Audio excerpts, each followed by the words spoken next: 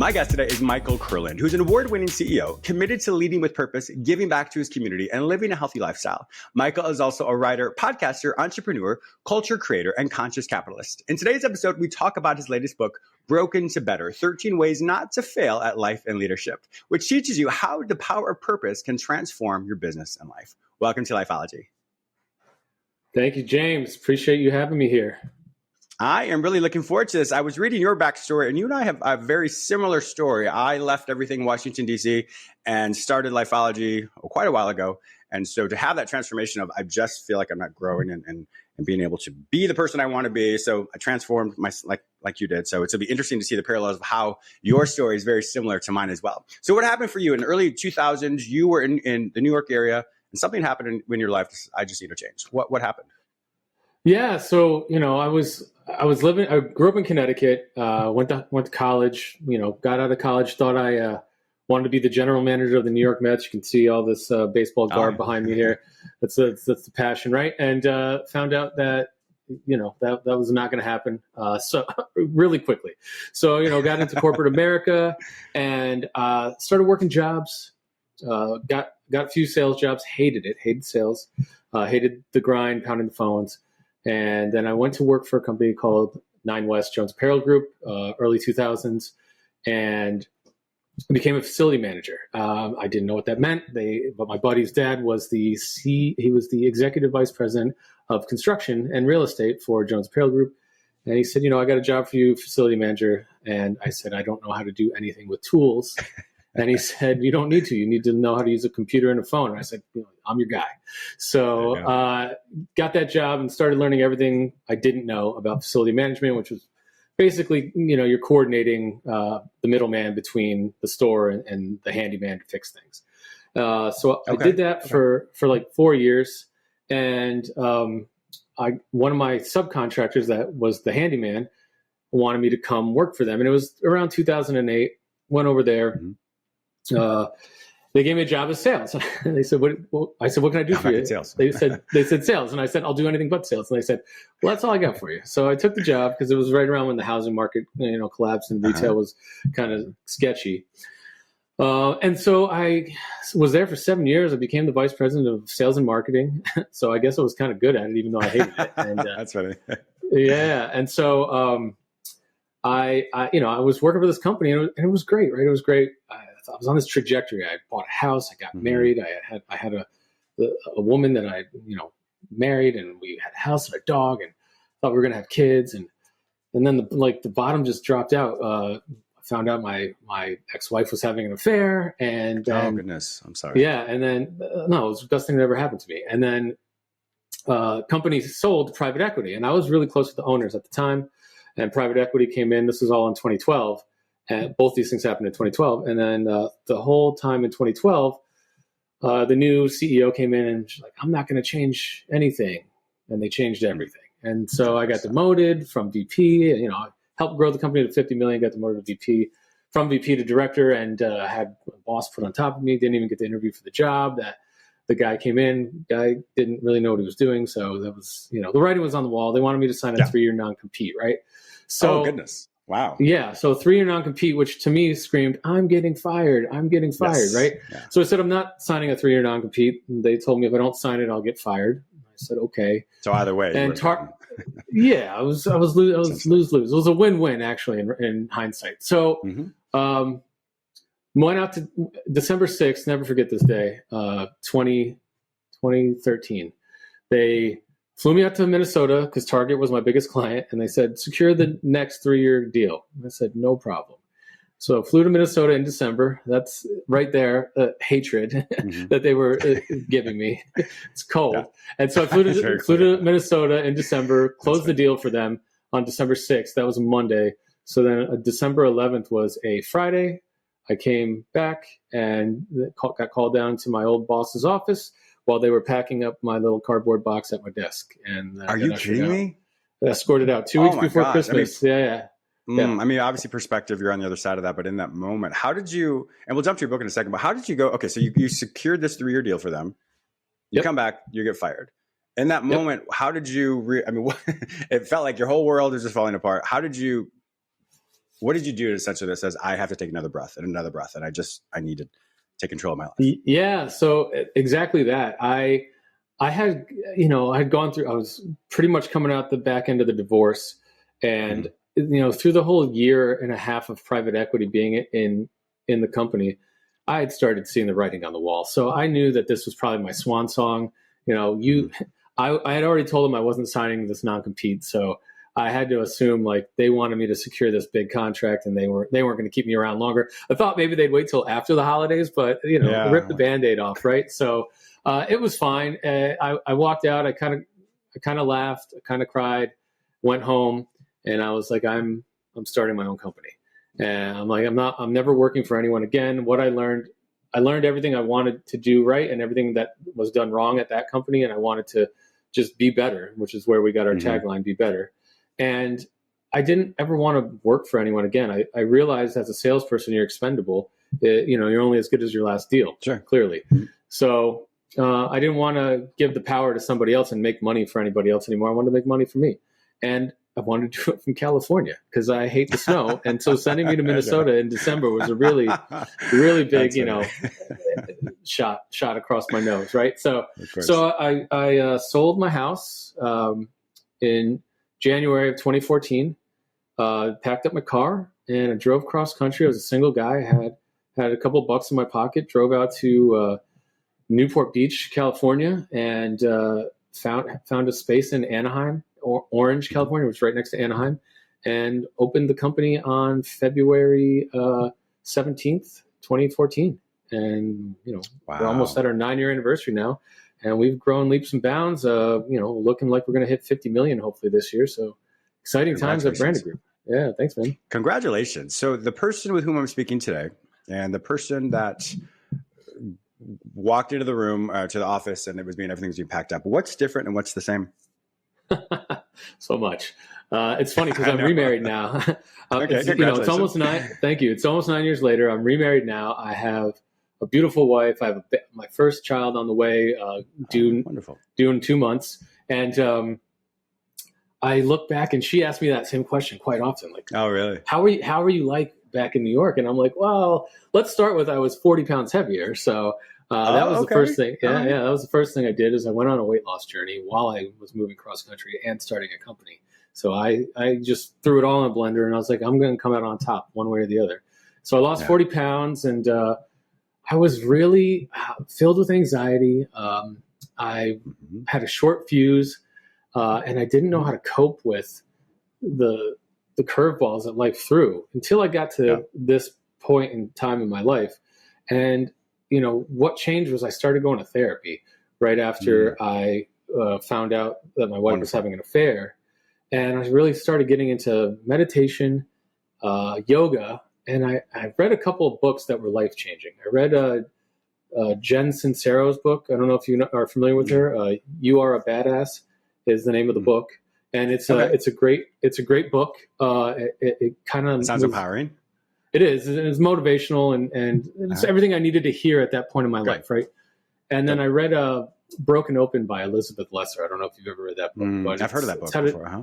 It's a great book for any type of loss. And, most people think loss is death. And there's a chapter on death. There's a chapter on divorce. There's any kind of loss, right? And it just helps you of loss, of course, deal with that. And I mean, even losing a VP of sales and marketing from my previous company, that's loss, right? So I read those 2 books, and they really altered and took me from victim to victor, right?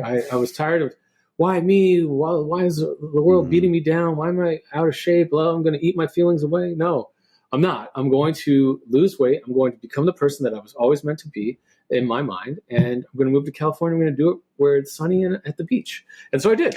And here we are.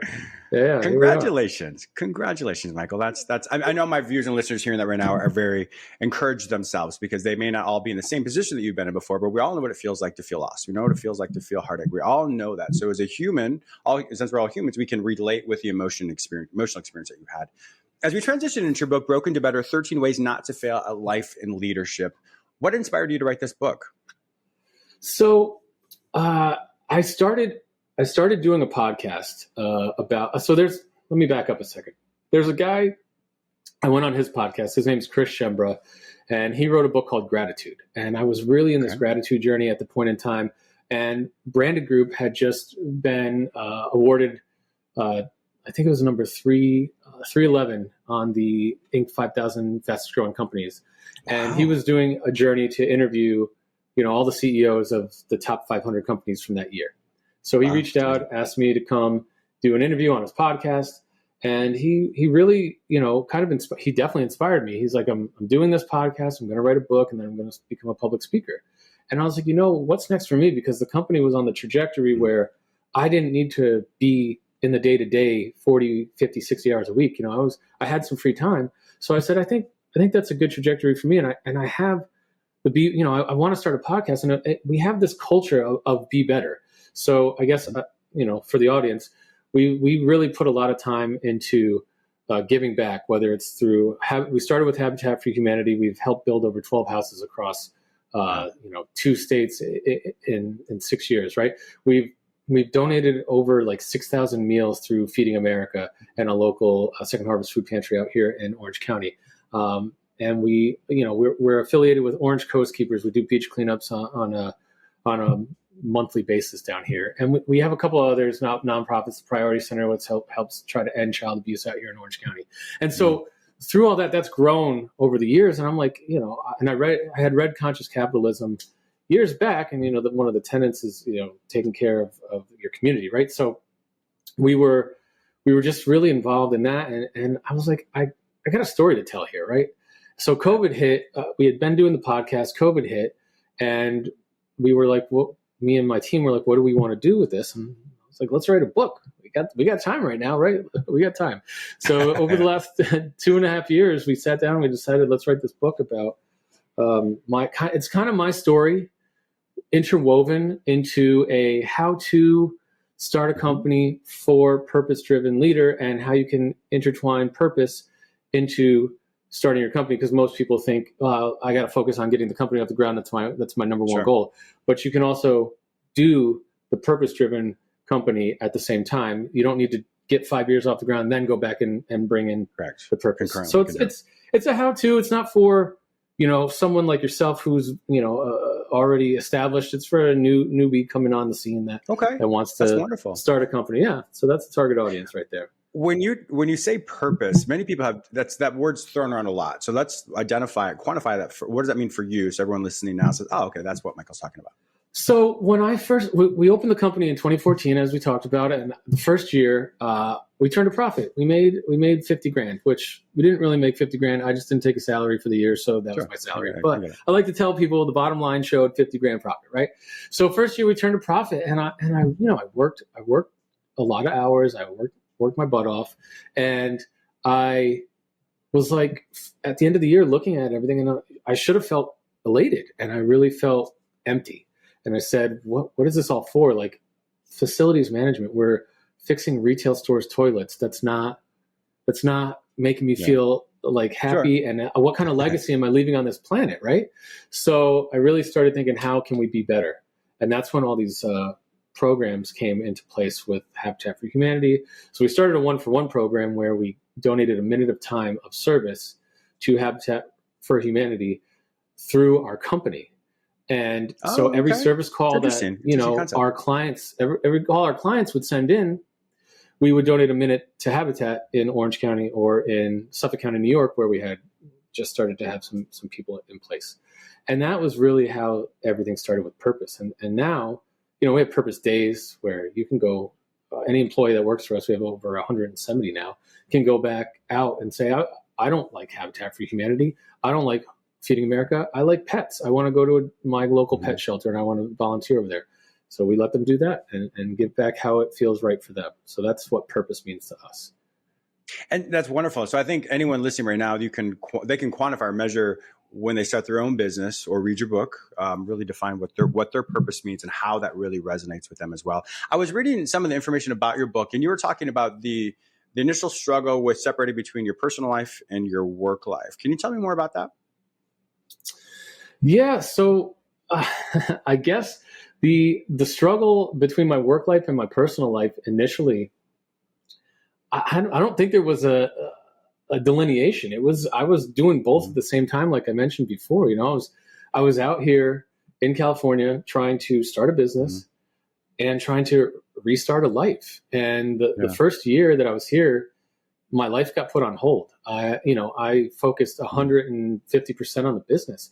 So I had no time for my life. Yeah. And then as the time went by and the company got a little bit more sustainable and we got some people in place that I was comfortable with, I was then able to pivot sometime towards my life, because there was no work-life balance the first year. There was no ability to make friends, meet a woman to, start a romantic relationship with. I had no capacity for that. And that, the company was successful, but I was not. And so, that was another empty part of my life. And I wanted that. I yearned for that. I wanted, as much as I say it was a blessing that my ex-wife had an affair, and it was, I still wanted what that came with it. I wanted a family and children, and I'm finally getting there. I'm just a little late to the game, but that's okay. Sure.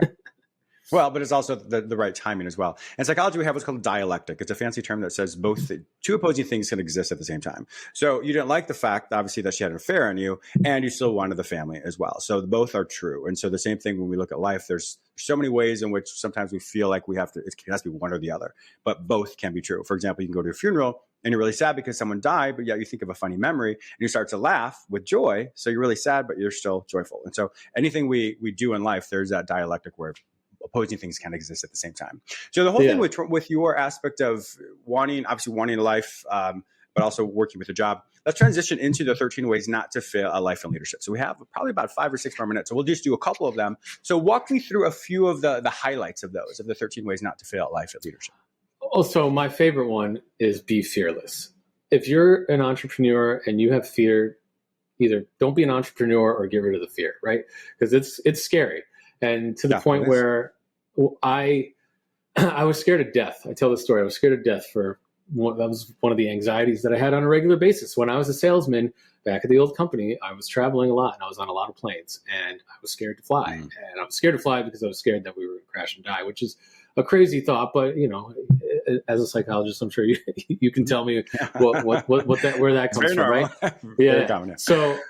But I was like, this is dumb and I need to get over this. And so when I came out to California, I turned 40 a couple years ago, and I'd always wanted to jump out of a plane. And I did for my 40th birthday. And I did it not because I wanted to jump out of a plane. I wanted to prove to myself that I could be fearless again. So I think that's my favorite chapter in the whole book. And it's so relatable to so many things. Like, I could have had fear and not sold my house. I could have had fear and not moved to California. I could have had fear and not started a company and tried to, recruit my old clients. I could have had fear in so many things and so created so many roadblocks for myself.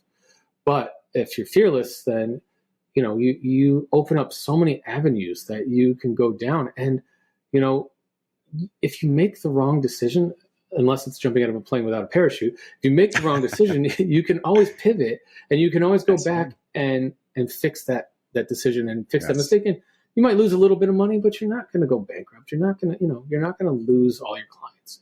You're going to learn. You're going to create a learning experience. So be fearless, make that decision that is, whether it's analytically driven or gut driven. I do a lot of gut driven decisions, which sometimes leads me to pivoting and going back to the analytic decision, but at least I'm fearless when I make those decisions. So that's my favorite chapter. Yeah, well, let me piggyback off that a little bit. So faith and fear ask us to do the same thing. They ask us to believe in something that has not happened. So when we have this fear aspect of things, we're like, oh my gosh, what happens? What happens if it doesn't work? But faith asks us to do the same thing. What happens if it does work? And so unfortunately, the way we're wired is we look at the negative more than we look at the positive. So for every negative thing that happens, it takes 6 positive things to counteract that, unfortunately. So when we have that aspect of saying, well, I can go in this direction of fear or this direction of faith, once again, they ask us to do the same thing. And so when we consciously put ourselves in this mindset of it's not going to work, which then obviously creates all this fear, anxiety, worry, etc., we are actually allowing ourselves, we're choosing that as opposed to the faith aspect of it. So I really like the fact that you aren't fearless. And so when there is fear there, you go towards it, which is the faith part of it. So it's learning how to recognize that whether we realize it or not, that it's a conscious choice to live in that anxiety or live in that fear of the aspect of what if it doesn't work versus the conscious choice of saying, well, what if it does work? And so obviously anxiety is a different aspect, but when it comes to the choices we can make, fear is one version, faith is the other version. So are you telling me that I need to jump out of a plane 5 more times to make this right? That's what I was like, well, let me clarify that a little bit. That's funny. Well, Eleanor Roosevelt, she said, a brilliant woman, of course, she said, every day do something that makes you afraid. And so with that, it's something to overcome something. So you become once again, the CEO of all aspects of your life. Let's we have one more minute to talk about one more of the 13 ways not to fail at life and leadership. Sure. I'm always prepared with one. Let me go in here. I think be there's so many. They're all great. Yeah. Be purposeful, right? Like if you're going to start a company and you're going to, especially with your workforce now today, is going to be made up of mostly millennials, and it's proven fact that millennials care more about purpose than they do about money, which is crazy, but it's good, right? It's a good thing. So sure. If you want to start a company and you want it to be something like, scratch that. I have a big pitch right now that I am going to do, and this is a good way to tie up this story. I have a big pitch right now. I've been asked by one of my newer clients to come out, and they're doing a full day of pitching to see who wants to take over their facility management. And it's a big retailer in America that you're familiar with. Mm-hmm. And they have hour time slots, 8 hours all day long on September. It's in September. And we have one of the 8 slots. So we're going up against 7 other clients or 7 other subcontractors. And I know they're all going to go in and they're going to do the same pitch. Here's what we do. Here's how we can save you money, right? Yeah. I'm going in there and I'm going to say, here's all the awards we've won. Here's how our culture is better. Here's how we give back. And we do the same stuff that all these other 7 people do, but here's how we're different. And so being purposeful, it's such a differentiator for a new business. And if you can bring that to the table, you're going to align with a lot of other millennials out there and other people, right? It's not just millennials that want purpose, but you're going to align, you're going to strike a nerve where people, one of our biggest clients today, top 5, is Sephora. And they are doing business with us today because we did that exact same pitch 4 years ago. And they came up to us and they said, we want to work with you because we align with your values. And I didn't talk about pricing. I didn't talk about how we do what we do better or any of that stuff. So hopefully that answers that question.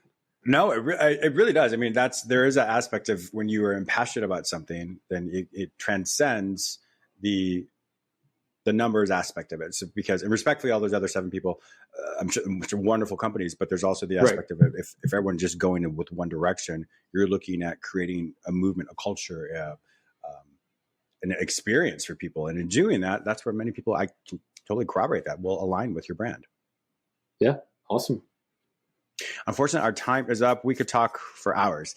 Michael Kurland, if my viewers and listeners want to find out more information about you and to purchase his book, Broken to Better, 13 Ways Not to Fail at Life and Leadership, where will they find all this information online? They can go to my website, michaelkurland.co. Don't go to com. It's also another author named Michael Kurland, but he writes mysteries. I just wrote this one self-help book. And you can go on Amazon and find Broken to Better on Amazon as well. Wonderful. My viewers and listeners also know that if they can't find this information any other place, simply go to the show notes at jamesmillerlifeology.com and I'll link with Michael Kurland and you'll get all of his information there. Michael, thank you so much for being a fantastic guest on the show today. Thanks, James. Appreciate you.